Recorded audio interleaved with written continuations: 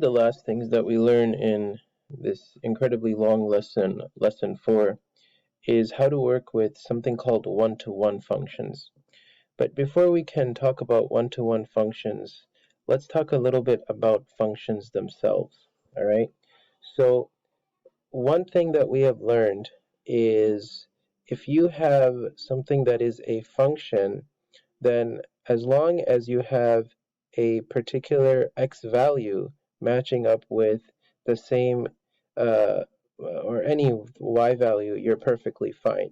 All right, so let's think of it as a picture. All right, let's think of it as a picture. Let's take a couple of coordinates, all right, and put them on this canvas here. So let's suppose you had a coordinate over here. I don't want to put any numbers or anything. Let's suppose you had a coordinate here, you had a coordinate over here. All right. Now notice that they're two separate x values, but they have the same exact y value. That's perfectly fine. As a picture, what that meant is from the domain of the x's and the domain of the y, or the range of the y, sorry, there might be two numbers that go to the same exact number like that. That's perfectly fine. All right, so this is still considered to be a function. But one thing that we discovered in the previous part of this lesson is if you ever have the same exact x value, let's suppose that you had another x value that was going to a different y. All right, so now what's essentially happening is, notice how this is an x value, but it's matching up with a different y. And so how would that change the range? Well, what would be happening in this range is the following. We would basically have a bigger range, and then this purple dot would show up in this range. And this would be the issue. That same exact x value would be matching up with a y value. And that cannot happen, right? One x value can't go to two separate y values. And so one of the ways that you can do this is called the horizontal line test. And in the horizontal line test, basically what you say is, if it ever so happens that you end up hitting more than one dot, okay, more than one dot on a horizontal line, then automatically this thing cannot be a function, all right? So automatically now this has transformed into not being a function, all right? So a very simple way to check this exact situation here is to just check and make sure that one x value doesn't have two y values, because then it fails the horizontal line test and therefore it's not a function. All right, so this is talking about functions. Now let's come to talking about one-to-one functions. All right, in a one-to-one function, what happens is, take a look at this domain and this range that they've set up. Now, once again, this age is the independent variable, all right? And HDL cholesterol would be the dependent variable. In other words, age is the x's and dependent HDL cholesterol is the y's, all right? And so what we have here is an age of 38 years old, and this person, this was 5 males that they were talking about. And so the person who was 38 years old had an HDL cholesterol of 57. The person who was 42 had an HDL cholesterol of 54, and so on and so forth. Now, notice how the person who had an age of 55, who was 55 years old, had a cholesterol of 38. And the person who was 61 also had a cholesterol of 38. So let me ask you this. Is this a function? All right. Does every single x value have a y value? And the answer is absolutely. This is a function. All right. This is a function. It's okay if two people had the same cholesterol level. That's okay. All right. Even in real life, that makes sense. All right. However, in one-to-one, right? in telling if something is one-to-one, here is what we're doing. We're basically saying if I tell you the cholesterol level, can you match it back to the age of the person who had that cholesterol level? So for instance, if I say, who's the person with a 54 HDL cholesterol, you can say, well, it was the 42-year-old person. 34, 46-year-old. And this is where the problem lies. You can't go back the way that you came, because if I ask you, who's the person who had an HDL cholesterol of 38, now you would be stuck because you'd be like, wait a minute, there's two people who had that. So when we say one-to-one, what we're basically saying is if we were to reverse the situation and go back the other way, could every single person here match up with every single person there? And so now this is not considered a one-to-one function. So if you ask me, is this a one-to-one function? The answer is no, it is not a one-to-one function. It is a function, but it's not one-to-one, all right? So in a one-to-one test, basically what we do, instead of running a vertical line test, whoops, sorry, I just made a big error here. I earlier called this the horizontal line test. This is clearly not a horizontal line, and I apologize for that. So this is actually a vertical line. All right, so this is called the vertical line test. And we use a vertical line test to tell whether something is a function or not. All right, so if something fails the vertical line test, meaning there's more than one dot on the vertical line, as was here, then you can conclude that this is not a function. All right, so now we're going to run something called the horizontal line test. All right, now in the horizontal line test, what we'll do is we'll focus on letter B instead. And so in letter B, let's go ahead and actually plot these coordinates. It's going to really help, especially after that bit of a mistake that I've made earlier. Okay, so let's make a plot. All right.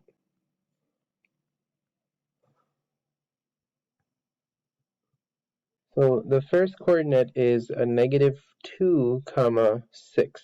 All right, so we actually do need to plot these. So first off, the x values seem to be -2, -1, 0, 1, and 2. And the first y value is -2, 6. All right, so let me go to an arbitrary point, and let's call this 6. So -2, 6 occurs right here. Then the next one is -1, 3. Very good. Let me pick another arbitrary point and call that -1, 3. Then another one is 0, 2. So let's call this 0, 2. Then I have 1, 5. So 1, 5 would be, well, this was 6, this was 3, this was 2. So 1, 5 would be somewhere over here. So let me write the 5 in. And so here's 1, 5. I'm just plotting coordinates here, just trying to do it really quickly though. And then 8, so 2, 8 over here. All right. So here you have 5 dots, right? You're looking at 5 dots. And what you want to do is you want to observe, are these coordinates a function? Is this a function, right? So if you were to run a vertical line through any one of these, right? If you were to run a vertical line through this x value, or through this x value, or through the middle x value, you will notice that each one of these vertical lines only hit one point, right? They only hit one point and not more than one point. And so what that means is it passes the vertical line test, and since it passes the vertical line test, we can make the conclusion that this thing is certainly a function, all right? So as far as it being a function is concerned, yes, it's a function. Now comes the next question. Is this a one-to-one function? So for a one-to-one function, basically what you need to do is you have to kind of reverse this, and you have to run something called the horizontal line test, where you make a horizontal line through every single coordinate.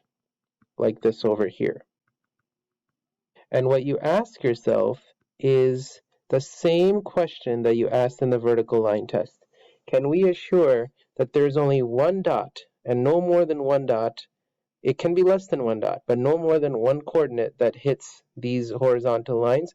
And the answer is yes. There's only one dot on any one of these 5 horizontal lines.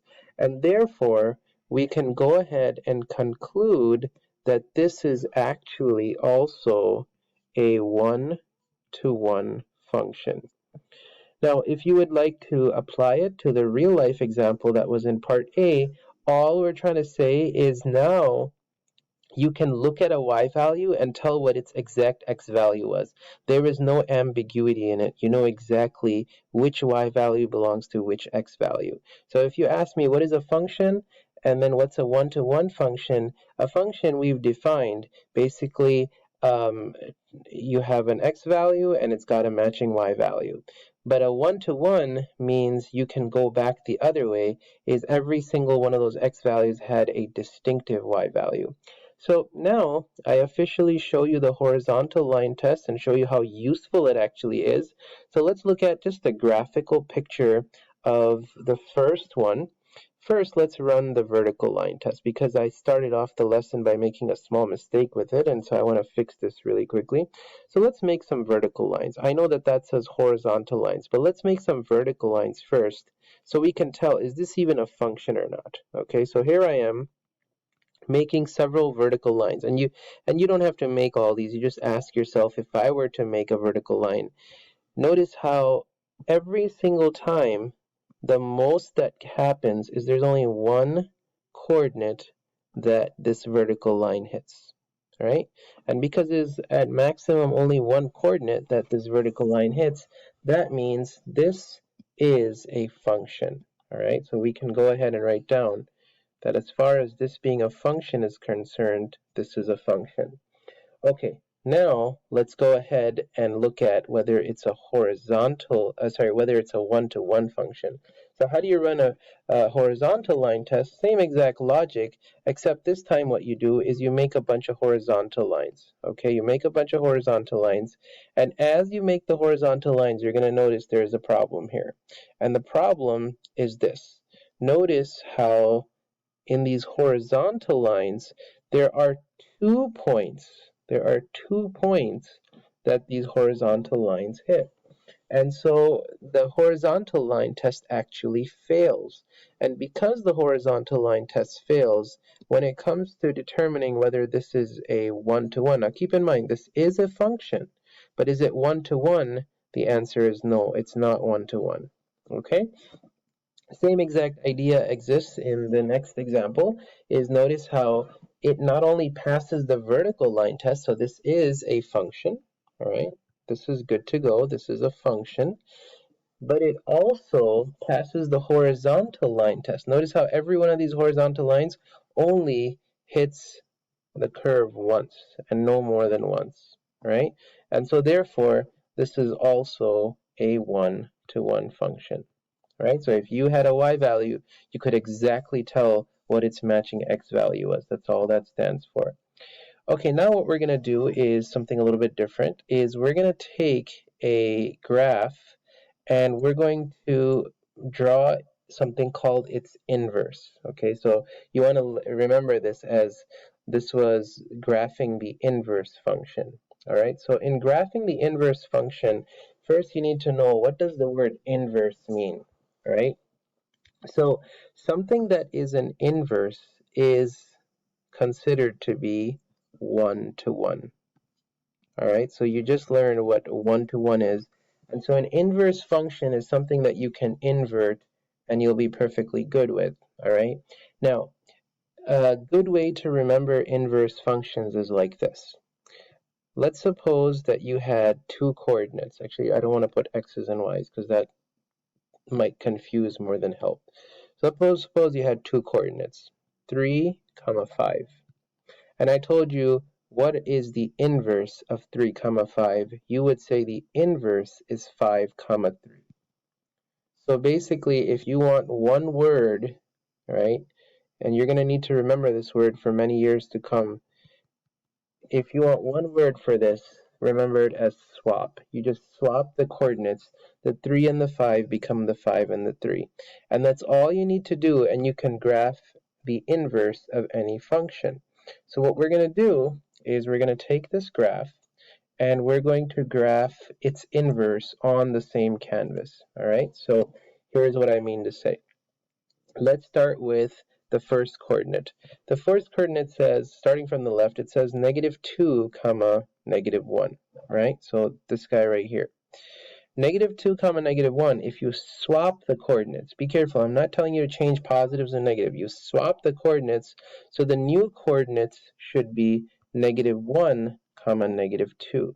So let's go ahead and find -1, comma, -2. In this graph, -1, comma, -2 would show up right about here. All right, and I'm going to go ahead and label that. -1, comma, -2. All right, let's go to the next one. The next coordinate that we have is 1, comma, 0. Let's go ahead and invert that, and so that becomes 0, comma, 1. All right, so if you go to now 0, comma, 1, which is right over here, make sure you label it. All right, so make sure you label that that is 0, comma, 1. Oops, sorry, that's -1, comma, 0. I apologize for that. That's two mistakes today. So let's get rid of this. And let's add a little bit. So the coordinate was -1, comma, 0. So this gives you 0, comma, -1, right? So 0, comma, -1 is over here. That makes a lot more sense. Okay, so 0, comma, -1. All right, the last coordinate is 2, comma, 1. So 2, comma, 1. That is for the function. Now let's go ahead and graph its inverse. Its inverse would be 1, comma, 2, like that. So find 1, comma, 2, that would be right over there. And so now you've basically made the three coordinates. And what we're going to do is we're going to take a different color and we're going to connect these coordinates.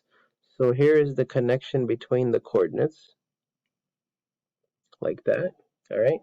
And you'll notice that there is an interesting pattern, okay? But before we address that pattern, let's just kind of get rid of or talk about some housekeeping. This right here is f of x. These right here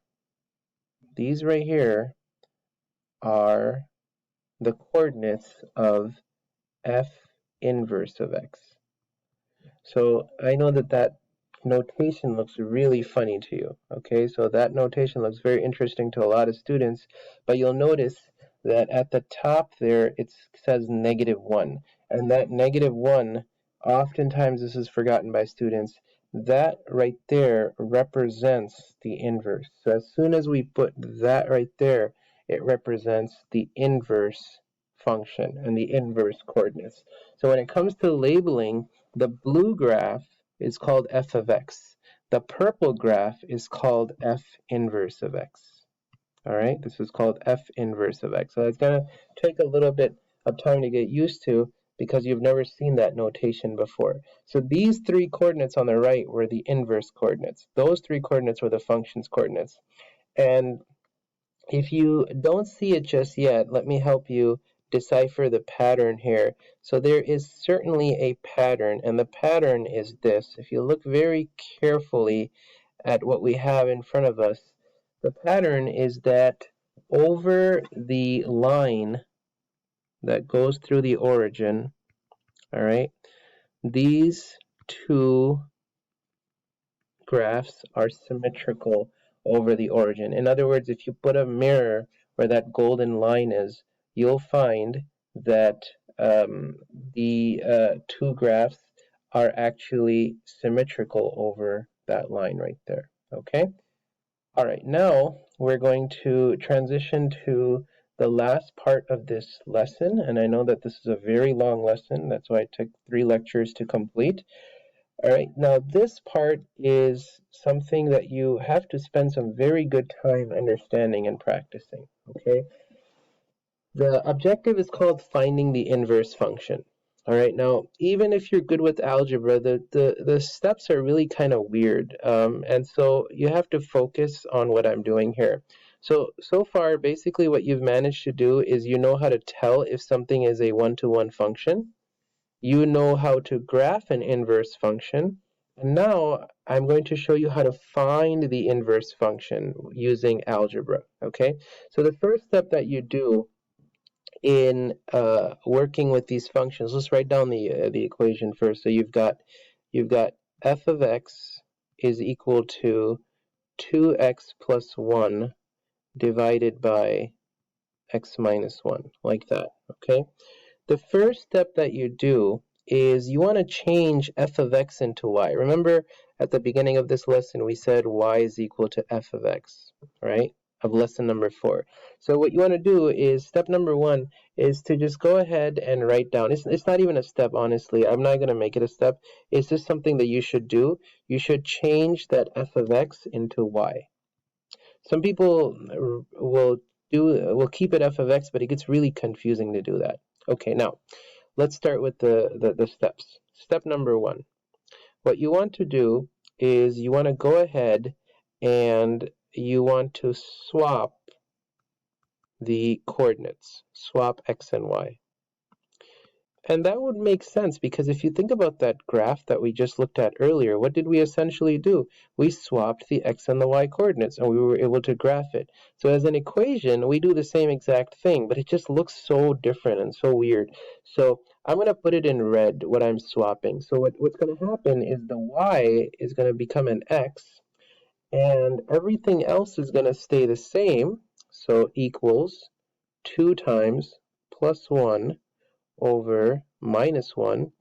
But what changes, and once again I'm going to put it in red for you, what changes is this becomes 2y plus 1 and this becomes y minus 1. All right, so that is right there step number 1. Okay, you swap the x and the y's. Okay, now the next thing that you do is you solve, okay, you solve for y. All right, now in solving for y, you again need to use your algebra skills. Okay, so you notice that there is 2 y's on the right side. There's only 1 x on the left side. So how are you going to go about doing this? All right, not everybody is able to manage to do this. So let's pay careful attention to how this works. Basically, the first thing that you're going to do is you're going to make these look like proportions. Okay, you'll be like, okay, I'm going to cross multiply. So in step number 2, when I'm solving for y, what I'll do is I'll go ahead and I'll multiply x times y minus 1 is equal to 2y plus 1, because that 1 right there does nothing to the 2y plus 1. Now I'm going to go ahead and multiply the x into this equation. So I'm still on step number 2, by the way. So xy minus x is equal to 2y plus 1, like that, okay? Now, what we're going to do, remember, we're trying to solve for y. So in trying to solve for y, you got to try to bring the y's together. Like, for instance, let's suppose this said 5y and that says 2y, right? Wouldn't you want to bring the 2y over to the left side? So that's precisely what I'm saying, is what we're going to do now is we're going to bring the 2y over to the left side, and that's going to become a negative. And then we're going to bring the negative x to the other side, that becomes a positive, because we're not trying to solve for x, we're trying to solve for y here, right? So when you do that, here's what ends up happening. It looks like the following. It says xy minus 2y is equal to positive x plus 1, right?